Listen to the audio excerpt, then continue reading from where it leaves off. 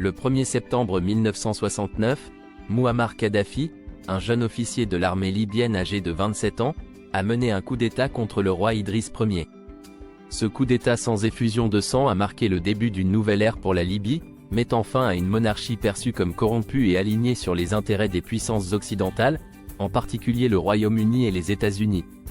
Kadhafi a rapidement proclamé la Libye une république populaire et a instauré le Conseil du commandement de la Révolution, CCR, avec lui-même en tant que chef de l'État. Sous Kadhafi, la Libye a pris un tournant radical, avec une politique axée sur l'indépendance nationale, la suppression des influences étrangères, et l'unité arabe. La révolution a été largement soutenue par la population libyenne, qui voyait en Kadhafi un leader charismatique et visionnaire capable de libérer le pays de l'emprise néocoloniale. Cette révolution a également inspiré d'autres mouvements anti-impérialistes à travers le monde, renforçant la position de Kadhafi comme un champion de la lutte contre l'oppression. L'une des réalisations les plus notables du régime de Kadhafi a été la redistribution des richesses pétrolières de la Libye au profit de la population. Avant son arrivée au pouvoir, les revenus du pétrole étaient principalement accaparés par l'élite au pouvoir et les compagnies étrangères. Kadhafi a nationalisé l'industrie pétrolière en 1970, augmentant considérablement les revenus de l'État.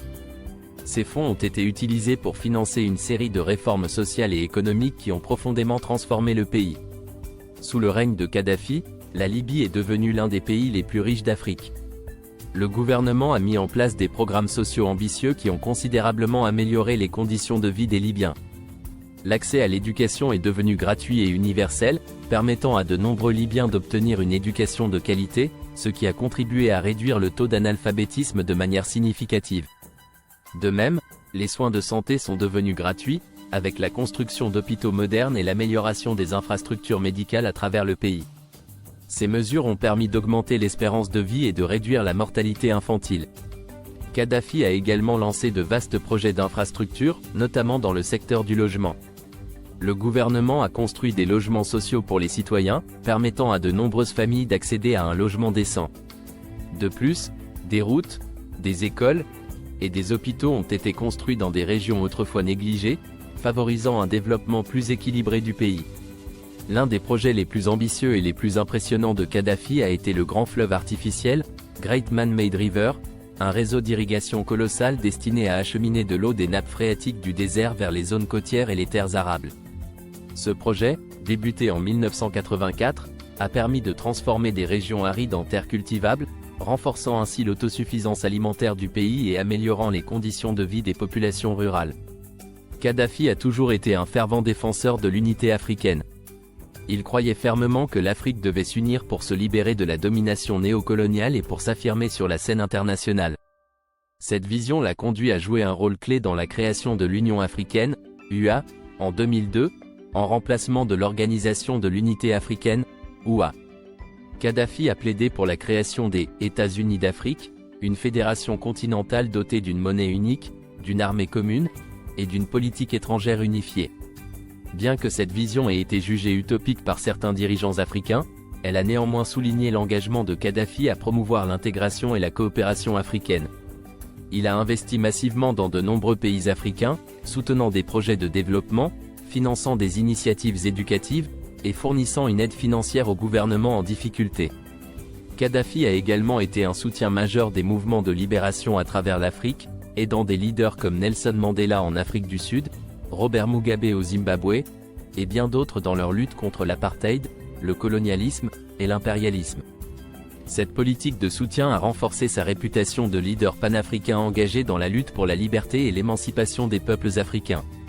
Kadhafi a également œuvré pour la création du Fonds monétaire africain, FMA, une institution financière continentale destinée à réduire la dépendance de l'Afrique vis-à-vis des institutions financières internationales comme le FMI et la Banque mondiale. L'objectif était de permettre aux pays africains de financer leur propre développement sans subir les conditions souvent draconiennes imposées par les prêteurs étrangers. Sous Kadhafi, la Libye a acquis une indépendance énergétique et a pu exercer un contrôle total sur ses ressources naturelles, en particulier le pétrole. En nationalisant l'industrie pétrolière, Kadhafi a non seulement accru les revenus de l'État, mais a aussi utilisé ses ressources pour renforcer la position de la Libye sur la scène internationale. Kadhafi a joué un rôle actif au sein de l'Organisation des pays exportateurs de pétrole, OPEP, utilisant l'influence de la Libye pour pousser à des politiques qui bénéficieraient non seulement à son pays, mais aussi à d'autres nations productrices de pétrole. Cette stratégie a permis de maintenir des prix du pétrole élevés, assurant ainsi des revenus stables pour la Libye et d'autres pays de l'OPEP. Les revenus du pétrole ont également été utilisés pour développer le secteur énergétique en Libye.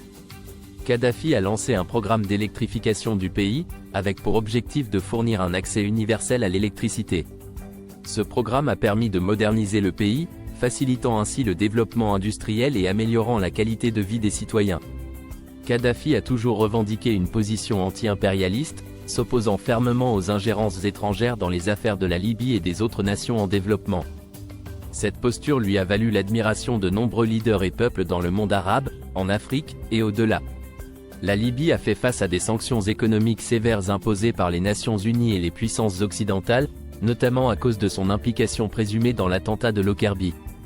Cependant, malgré ces sanctions, Kadhafi a maintenu une politique de résistance, refusant de plier face aux pressions internationales. Cette résistance a renforcé son image de leader intransigeant et indépendant, capable de défendre les intérêts de son pays contre vent et marée. En plus de son soutien au mouvement de libération en Afrique, Kadhafi a apporté un soutien politique, financier et militaire à divers mouvements anti-impérialistes à travers le monde, y compris en Amérique latine et au Moyen-Orient. Il a soutenu des figures révolutionnaires comme Fidel Castro à Cuba et Yasser Arafat en Palestine, renforçant son rôle de leader mondial dans la lutte contre l'impérialisme. Le règne de Mouammar Kadhafi, qui a duré plus de 4 décennies, a laissé une empreinte indélébile sur la Libye et sur l'ensemble du continent africain. Bien que son régime ait été marqué par des controverses, il est indéniable que Kadhafi a réalisé des avancées significatives dans le domaine social, économique et politique.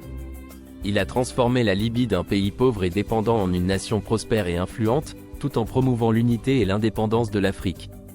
Son rêve d'une Afrique unie et indépendante, ainsi que ses efforts pour redistribuer les richesses de son pays au profit de son peuple. Abonnez-vous à ActuMonde pour ne rien manquer de nos analyses et actualités.